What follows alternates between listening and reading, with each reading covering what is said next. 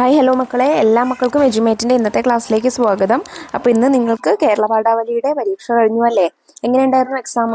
എളുപ്പമായിരുന്നില്ലേ? Simple question paper ആയിരുന്നു. എല്ലാ ക്വസ്റ്റ്യൻസിനും answer എഴുതിയിട്ടില്ലേ? അപ്പോൾ നമുക്ക് ഇന്ന് വന്നിട്ടുള്ള ക്വസ്റ്റ്യൻസ് ജസ്റ്റ് ഒന്ന് ഡിസ്കസ് ചെയ്ത് നോക്കാം കേട്ടോ. പ്രവർത്തനം 1, വായിക്കാം എഴുതാം. മണിക്കല്ലിനെ പുഴ വീണ്ടും എടുത്തു നടന്നിരുന്നെങ്കിൽ അത് കൂടുതൽ ചെറുതായേനെ. ഏറ്റവും ഒടുവിൽ മണൽത്തരിയായി മാറി കടലോരത്തെ അതിൻ്റെ സഹോദരങ്ങളുമായി ചേരുമായിരുന്നു. ആ മനോഹരമായ കടപ്പുറത്ത് കുട്ടികൾ പൂഴി മണലിലിരുന്ന് കളിക്കുകയും മണൽക്കൊട്ടാരങ്ങൾ പണിയുകയും ചെയ്യുമായിരുന്നു. ഓർത്തു നോക്കൂ, ഒരു മണിക്കല്ലിന് ഇത്രമാത്രം കഥകൾ പറയാനുണ്ടെങ്കിൽ നമുക്ക് ചുറ്റുമുള്ള പാറകൾക്കും പർവ്വതങ്ങൾക്കും മറ്റു വസ്തുക്കൾക്കും പറയാൻ എന്തെല്ലാം കഥകളുണ്ടാകും. ഇനി നമുക്ക് ഇതിനെ ആസ്പദമാക്കിയിട്ടുള്ള 5 ചോദ്യങ്ങൾ നോക്കാം. അത് കൂടുതൽ ചെറുതായേനെ. ഏത്? എ പുഴ, ബി പൂഴി, സി മണിക്കല്ല്, ഡി മണൽത്തരി. ഏതാണ്? ആ ഭാഗം ഒന്നുകൂടെ വായിച്ചു നോക്കൂ. മണിക്കല്ലിനെ പുഴ വീണ്ടും എടുത്തു നടന്നിരുന്നെങ്കിൽ അത് കൂടുതൽ ചെറുതായേനെ. അപ്പോൾ ആരാണ്? സി മണിക്കല്ലാണ് ഉത്തരം. ഇനി ചോദ്യം 2, കടലോരത്തെ സഹോദരങ്ങൾ എന്ന് വിശേഷിപ്പിക്കുന്നത് ആരെ? എ പർവ്വതങ്ങളെ, ബി പാറകളെ, സി കടപ്പുറത്തെ, ഡി മണൽത്തരികളെ. നോക്കൂ, വായിച്ചു നോക്കൂ. ഏറ്റവും ഒടുവിൽ മണൽത്തരിയായി മാറി കടലോരത്തെ അതിൻ്റെ സഹോദരങ്ങളുമായി ചേരുമായിരുന്നു. അപ്പോൾ ആരാണ് കടൽ തീരത്തെ സഹോദരങ്ങൾ എന്ന് പറയുന്നത്? മണൽത്തരികളാണ് അല്ലേ? ചോദ്യം 3, കുട്ടികൾ പൂഴി മണലിലിരുന്ന് പണിയുന്നത് എന്താണ്? എ മണിക്കല്ല്, ബി മണൽത്തരികൾ, സി മണൽ കൊട്ടാരം, ഡി പർവ്വതം. നോക്കൂ, വായിച്ചു നോക്കൂ. ആ മനോഹരമായ കടപ്പുറത്ത് കുട്ടികൾ പൂഴി മണലിലിരുന്ന് കളിക്കുകയും മണൽ കൊട്ടാരങ്ങൾ പണിയുകയും ചെയ്യുമായിരുന്നു. അപ്പോൾ മണൽ കൊട്ടാരമാണ് ഉത്തരം. ചോദ്യം 4, പാറകൾക്കും പർവ്വതങ്ങൾക്കും മറ്റു വസ്തുക്കൾക്കും പറയാൻ എന്തെല്ലാം കഥകൾ ഉണ്ടാകും? ആരുടെ കഥ ഓർത്താണ് ഈ പ്രസ്താവന? എ മണലിൻ്റെ, ബി കടലിൻ്റെ, സി മണിക്കല്ലിൻ്റെ, ഡി പാറകളുടെ. അപ്പോൾ താഴെ ഏറ്റവും അവസാനം വായിച്ചു നോക്കൂ. ഒരു മണിക്കല്ലിന് ഇത്രമാത്രം കഥകൾ പറയാനുണ്ടെങ്കിൽ നമുക്ക് ചുറ്റുമുള്ള പാറകൾക്കും പർവ്വതങ്ങൾക്കും മറ്റു വസ്തുക്കൾക്കും പറയാൻ എന്തെല്ലാം കഥകളുണ്ടായിരിക്കും? അപ്പോൾ മണിക്കല്ലാണ് ഉത്തരം. മണിക്കല്ലിൻ്റെ കഥകളോടാണ് ഇതിനെ എന്ത് ചെയ്തിട്ടുള്ളത്? സാമ്യപ്പെടുത്തിയിട്ടുള്ളത്.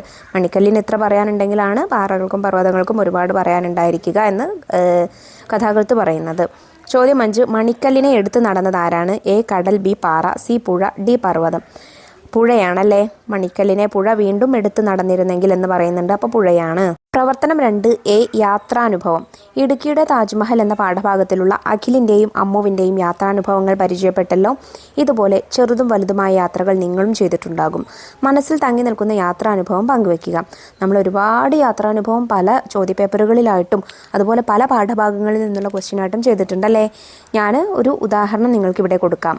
അതിനു മുന്നായി ബി ചോദ്യം നോക്കൂ. എത്ര മനുഷ്യന്മാർ പണിയെടുത്തിട്ടുണ്ടാവും ഇത് കെട്ടിപ്പൊക്കാൻ? എന്തിനെക്കുറിച്ചാണ് ഈ പ്രസ്താവന? Taj Mahal, Idukki dam, Mullaperiyar dam, Kurathimala. ഇടുക്കി ഡാമിനെ കുറിച്ചാണ് കേട്ടോ. ഇനി നമുക്ക് യാത്രാനുഭവം നോക്കാം. കഴിഞ്ഞ അവധിക്കാലത്ത് ഞാനും എൻ്റെ കുടുംബവും സഞ്ചാരികളുടെ പറുദീസ എന്നറിയപ്പെടുന്ന വയനാട്ടിലേക്കായിരുന്നു യാത്ര പോയത്. ഒരുപാട് സമയത്തെ യാത്രയ്ക്ക് അവസാനം വയനാട് എത്തിയെന്ന് അച്ഛൻ പറഞ്ഞു. ദൈവത്തിൻ്റെ സ്വന്തം നാട്. കേരളത്തെ സ്വർഗ്ഗതുല്യമാക്കുന്നതിൽ വയനാടിനുള്ള പങ്ക് വളരെ വലുതായിരുന്നു. ഒരു ഭാഗത്തു പച്ച വിരിച്ച പരവതാനികൾ വിരിച്ച വഴിയിലൂടെ യാത്ര ചെയ്യുമ്പോൾ ശുദ്ധവായുവിൻ്റെ യഥാർത്ഥ രുചി അറിഞ്ഞു. ആ പച്ചപ്പ് കണ്ണിനും മനസ്സിനും ഒരുപോലെ കുളിർമ നൽകുന്നതായിരുന്നു. വയനാട്ടിൽ ഒരുപാട് സ്ഥലങ്ങളുണ്ട് കാണാൻ. ഞങ്ങൾ പോയത് പൂക്കോട് തടാകത്തിലേക്കായിരുന്നു. ചുരം കയറുന്ന സമയത്ത് ഒരുപാട് വന്യജീവികളെ കാണാൻ കഴിഞ്ഞു. ഇടതൂർന്ന മലകളും വനങ്ങളും തടാകത്തിന് ചുറ്റും കാണപ്പെടുന്നുണ്ടായിരുന്നു. അതിനു ചുറ്റും നടക്കാനായി നടപ്പാത ഒരുക്കിയിട്ടുണ്ട്. തടാകത്തിൽ ചുറ്റി സഞ്ചരിക്കാനായി പെഡൽ ബോട്ടുകളും. ഞങ്ങൾ അതിൽ കയറി കുറച്ചുനേരം യാത്ര ചെയ്തു. തടാകത്തിൽ നിറയെ നീല നിറത്തിലുള്ള ആമ്പലുകൾ നിറഞ്ഞിരുന്നു. ഞാൻ ആദ്യമായിട്ടായിരുന്നു നീല നിറത്തിലുള്ള ആമ്പൽ കാണുന്നത്. ഒട്ടേറെ വൈവിധ്യങ്ങൾ നിറഞ്ഞ വയനാട്ടിൽ നിന്നും തിരിച്ചു പോകാൻ ഞങ്ങൾക്ക് മനസ്സ് വന്നതേയില്ല. എങ്കിലും മനസ്സില്ലാ മനസ്സോടെ വീട്ടിലേക്ക് തിരിച്ചു. പ്രവർത്തനം 3, കത്ത്. ചിത്രത്തിൽ ആരെയൊക്കെയാണ് കാണുന്നത്? ഒരു അമ്മയും മകനും അതുപോലെ ഒരു പോസ്റ്റ്മാനും ഉണ്ട് അല്ലേ? കത്ത് തരുന്ന ആളാണ് പോസ്റ്റ്മാൻ. പോസ്റ്റ്മാനെ, വീട്ടമ്മയെ, കുഞ്ഞിനെ അല്ലേ? കത്തുകളിലൂടെ വിവരങ്ങൾ കൈമാറിയുന്ന കാലം നമുക്കുണ്ടായിരുന്നു. ഇപ്പോൾ മൊബൈൽ ഫോൺ സന്ദേശങ്ങളുടെ കാലമാണല്ലോ. കത്തെഴുത്തിൻ്റെ സുഖം അറിയണമെങ്കിൽ അതെഴുതുക തന്നെ വേണം. ഓണാഘോഷത്തെക്കുറിച്ച് പ്രിയ സുഹൃത്തിന് കത്ത് തയ്യാറാക്കുക. അപ്പോൾ കത്തെഴുതുമ്പോൾ മക്കളെ നമ്മൾ ഒരുപാട് തവണ പറഞ്ഞിട്ടുണ്ട്. ആദ്യം നമ്മളൊരു ബോർഡർ വരയ്ക്കണം. ഓക്കെ, ബോർഡർ വരച്ചിട്ട് തീയതിയും സ്ഥലവും എഴുതണം. ഏതാണ് തീയതി, ഏതാ സ്ഥലം? നിങ്ങൾക്ക് ഇഷ്ടമുള്ള തീയതിയും സ്ഥലവും എഴുതാം. ഇവിടെ തീയതി 11/12/2024. ഇന്നത്തെ തീയതി, സ്ഥലം മലപ്പുറം. പ്രിയപ്പെട്ട സോനയ്ക്ക്. ആർക്കാണോ എഴുതുന്നത് അയാളെ അഭിസംബോധന ചെയ്യുക. പ്രിയപ്പെട്ട സോനയ്ക്ക്, നിനക്ക് സുഖമാണെന്ന് കരുതുന്നു. എനിക്കിവിടെ സുഖം തന്നെ. നിന്റെ സ്കൂളൊക്കെ എങ്ങനെയുണ്ട്? ഇഷ്ടപ്പെട്ടില്ലേ? വീട്ടിലെല്ലാവർക്കും സുഖമല്ലേ? ഓണാഘോഷമൊക്കെ എങ്ങനെയുണ്ടായിരുന്നു? ഇവിടെ ഓണാഘോഷം എല്ലാം അടിപൊളിയായിരുന്നു. എൻ്റെ സ്കൂളിലും അതുപോലെ തന്നെ, വീട്ടിലും ഒരേപോലെ ആഘോഷിച്ചു. പുലിക്കളിയും പൂക്കള മത്സരവും ഓണത്തല്ലും സുന്ദരിക്ക് പൊട്ടുതൊടലും എല്ലാം ഉണ്ടായിരുന്നു. പിന്നെ ഒരു കാര്യം, ഞങ്ങൾക്കായിരുന്നു പൂക്കള മത്സരത്തിൽ 1-ാം സ്ഥാനം. ഞാനും ദിയയും രമയും കൂടിയായിരുന്നു പൂക്കളം തയ്യാറാക്കിയത്. ടീച്ചർ ഒരുപാട് ഞങ്ങളെ അഭിനന്ദിച്ചു. പിന്നെ തിരുവോണത്തിന് വീട്ടിലും ഉണ്ടായിരുന്നു എല്ലാ മത്സരങ്ങളും. ഓണസദ്യയായിരുന്നു എനിക്കിഷ്ടപ്പെട്ടത്. വീട്ടിലേക്ക് അമ്മാവന്മാരും കൂട്ടുകാരും എല്ലാവരും വന്നിരുന്നു. നിന്നെയും ഞാൻ ക്ഷണിച്ചിരുന്നില്ലേ? പക്ഷേ നീ വന്നില്ല. അതെന്തേ? സാരമില്ല, അടുത്ത വർഷം എന്തായാലും നീ വരണം. നിന്റെ ഓണം എങ്ങനെ ഉണ്ടായിരുന്നു? ഓണവിശേഷങ്ങളെല്ലാം ചേർത്തൊരു മറുപടി കത്ത് എനിക്ക് അയക്കണേ എന്ന് സ്വന്തം റിയ.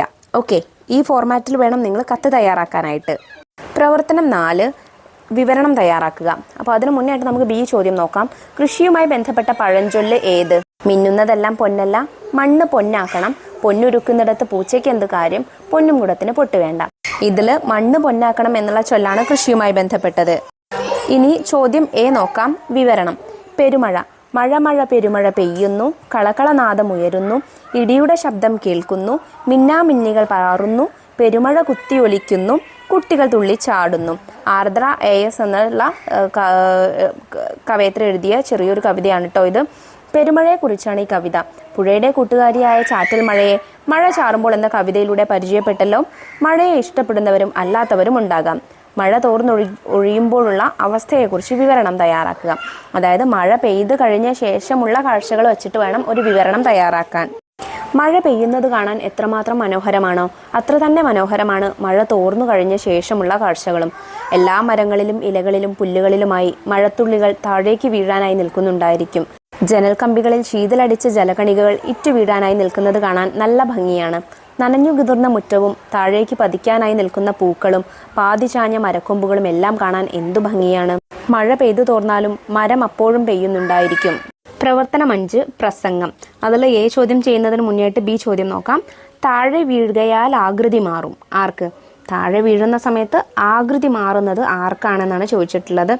എ വയലിന്, പെണ്ണാൾക്ക്, വാരിതത്തിന്, കാർമുകിലിന്. എന്താണ് മക്കളെ ഉത്തരം? കാർമുകിലിനാണ് താഴെ വീഴുമ്പോൾ ആകൃതി മാറുന്നത്. അതായത് കാർമുകിൽ എന്താവുന്നു?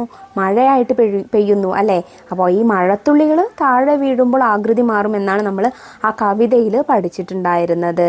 ഇനി നമുക്ക് എ ചോദ്യം നോക്കാം. പ്രസംഗം. ഇപ്പോൾ മഴയും പുഴയും കാറ്റും കിളിയുമെല്ലാം ഒന്നിച്ചു തുഴയുന്നുണ്ട്. ഇനി അവർ തനിച്ചാവുമോ? കുടയോളം ഭൂമി എന്ന യൂണിറ്റിലെ ഭൂമി എന്ന കവിതയിലെ ഈ വരികൾ നിങ്ങൾ ഓർക്കുന്നില്ലേ? ഇനി അവർ തനിച്ചാവുമോ എന്ന ചോദ്യം നമ്മളോടാണ്. പ്രകൃതി നേരിടുന്ന ആശങ്കകളാണ് ഇവിടെ തെളിയുന്നത്. മനുഷ്യനും പ്രകൃതിയും എന്ന വിഷയത്തെക്കുറിച്ച് ലഘു പ്രസംഗം തയ്യാറാക്കുക. അപ്പോൾ പ്രസംഗം എഴുതേണ്ടത് എങ്ങനെയാണെന്ന് മക്കൾക്ക് അറിയാമല്ലോ. നമ്മൾ ഒരുപാട് പ്രവർത്തനങ്ങൾ പ്രസംഗം എഴുതുന്നത് ചെയ്തിട്ടുണ്ട്.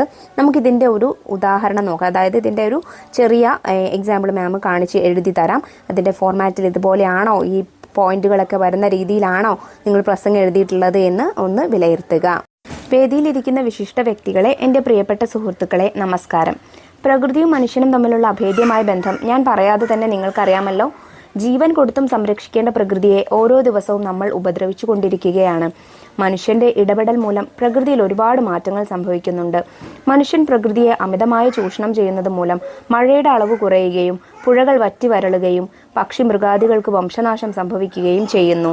മരങ്ങൾ മുറിച്ചും കുന്നുകൾ നികത്തിയും മനുഷ്യന്റെ ക്രൂരതയുടെ ദംഷ്ട്രകൾ പ്രകൃതിയിലേക്ക് ആഴ്ന്നിറക്കുമ്പോഴും പ്രകൃതി എന്ന അമ്മ നമ്മളെ ഓരോ തരത്തിലും സംരക്ഷിച്ചു കൊണ്ടിരിക്കുന്നു. വളർന്നു വരുന്ന തലമുറ എന്ന നിലയ്ക്ക് ഞാൻ നിങ്ങളോടൊരു കാര്യം പറയട്ടെ. നമ്മുടെ മാതാപിതാക്കളെ നമ്മൾ എങ്ങനെയാണോ സംരക്ഷിക്കുന്നത്, സ്നേഹിക്കുന്നത്, അതുപോലെ തന്നെ പ്രകൃതി എന്ന അമ്മയെയും നമ്മൾ സംരക്ഷിക്കണം. മരങ്ങൾ നട്ടുപിടിപ്പിച്ചും ജലസ്രോതസ്സുകൾ സംരക്ഷിച്ചും നാം ഓരോരുത്തരും പ്രകൃതിയെ നാളേക്ക് വേണ്ടി നിലനിർത്തണം.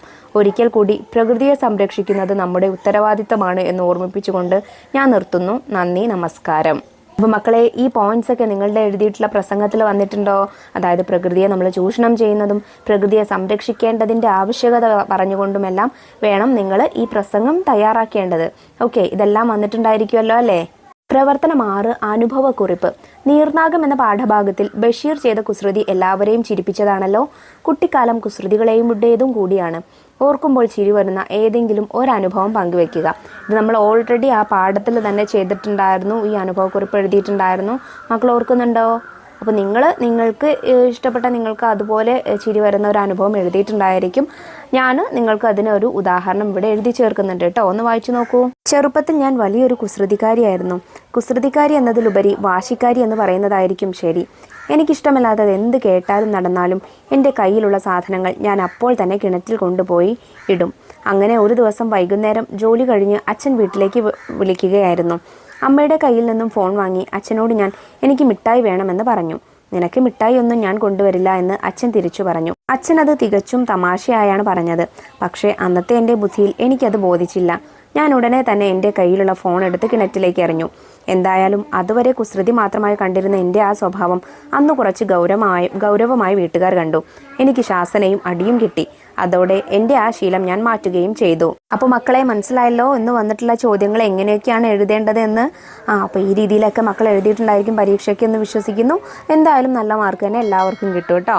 അപ്പോൾ ശരി, നമ്മൾ മറ്റു വിഷയങ്ങളുടെ ചോദ്യപേപ്പറുകളും അതുപോലെ ആൻസേഴ്സും ഒക്കെ നമ്മൾ വൈകാതെ അപ്ലോഡ് ചെയ്യുന്നതാണ്. ആ വീഡിയോസ് കിട്ടുന്നതിന് വേണ്ടി ചാനൽ ഒന്ന് സബ് ചെയ്ത് തൊട്ടടുത്ത് കാണുന്ന ബെല്ലൈക്കണിൽ ഓൾ ബട്ടൺ പ്രസ് ചെയ്ത് വയ്ക്കാൻ മറക്കരുതേ.